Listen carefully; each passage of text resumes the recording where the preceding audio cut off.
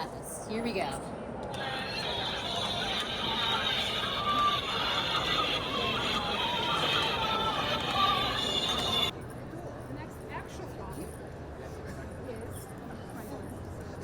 So we're at Toy Fair today and we're showing all of our wonderful new products for 2025. Lots of great new innovation, lots of great excitement in our brands like Monopoly 90th anniversary. We've got some great news in Peppa Pig, great news in Transformers, and Play-Doh too.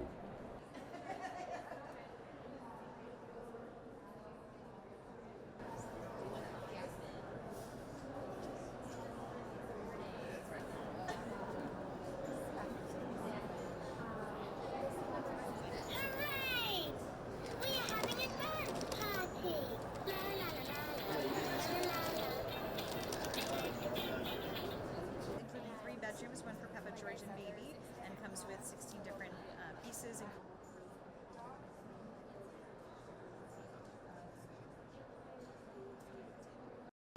Well, one of the things we're most excited about is our partnership with Mattel and Barbie on Play-Doh. So a whole new way to play with Play-Doh.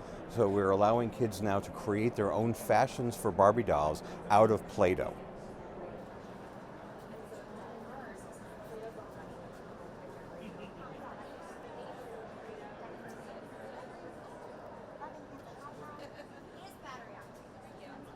Just like that, and then we have our right there, and because it's all Play-Doh, just overlap, one-handed, right? You get these amazingly beautiful results. So we can go ahead and we'll start applying. Now, obviously, when you're at home working like that, and we just simply take that excess off. Don't you wish it was that easy to do in the mornings, huh? Right, like that. And there we go.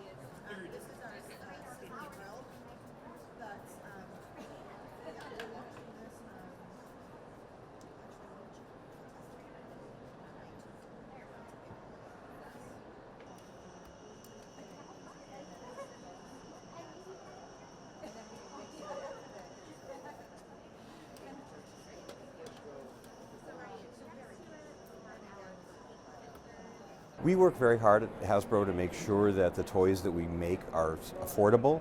Over 60% of the toys that are sold in the United States are under $20 retail. And so one of the things we're really trying to do in the situation with tariffs is make sure that our toys stay affordable, but at a certain level the tariffs are going to drive consumer prices up. There's really no way around that. We're working hard to mitigate the impact of that. We're working with our vendors, we're working with our supply chain, but we really don't see any way that consumers aren't going to be affected by these tariffs.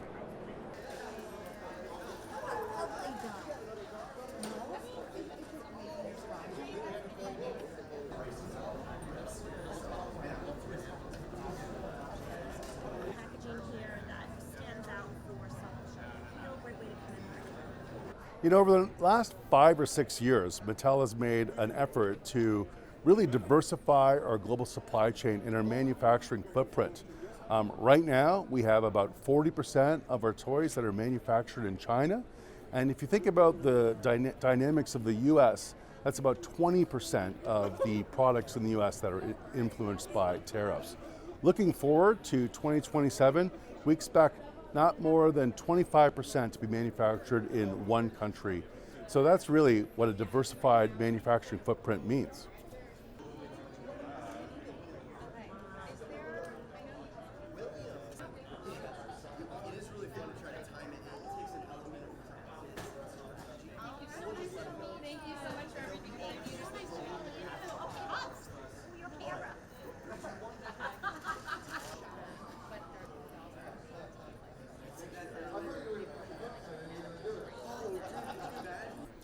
We're working with our retail partners to determine the best way to how to price our lines for the fall. As you know, this is a fluid and dynamic situation.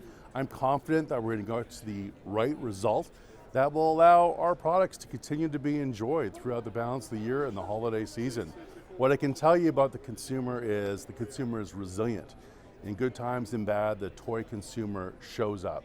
So I'm confident that we will have a fantastic holiday season.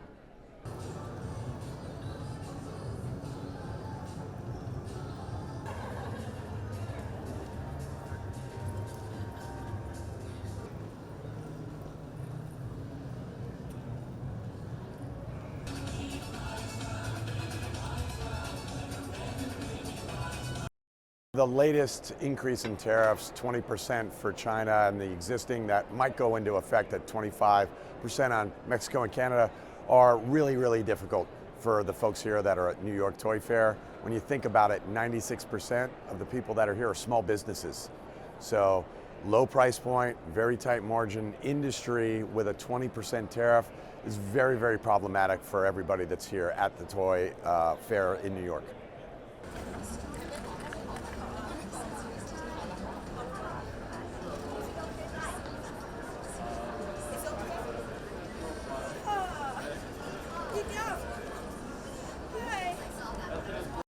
We're not trade experts by any stretch of the imagination, but what we would like is that we have a hard look at the categories overall, and that the toy industry, because of what we do for kids, particularly helping kids emotionally, mentally, physically, and so important to their childhood, that there would be a way to look at our industry, particularly the toy industry, and keep us out as an exclusion of any tariff policy.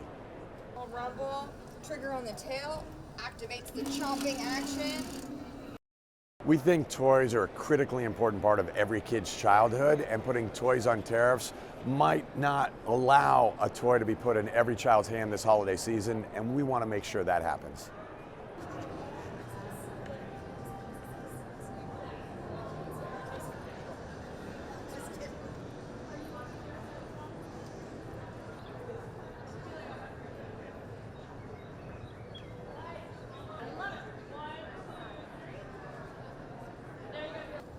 That was a funny New York story. I don't know if you've heard about it, but yeah, the rat dragging the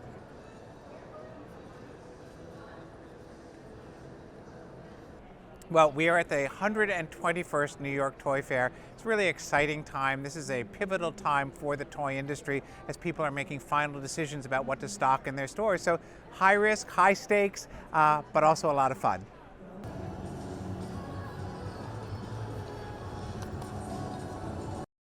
A lot of people are talking about AI, but I think we're still a couple of years away from effective AI in toys, other than working through an app, which has been successful.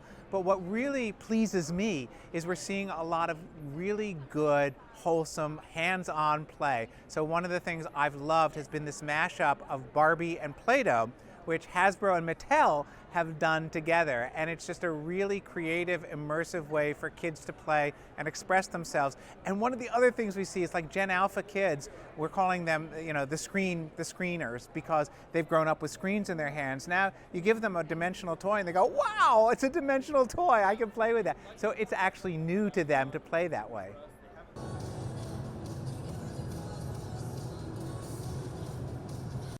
Tariffs are going to be a real challenge for the industry. We came into Toy Fair thinking that there was going to be a 10% tariff, and everybody was thinking, okay, that's not great, but we can probably manage that. And then as Toy Fair opened, there was an announcement that was going to be another 10%, so 20% tariff on top of pressed margins and challenges with pricing really makes a very difficult situation. How do I price it? How do I sell it?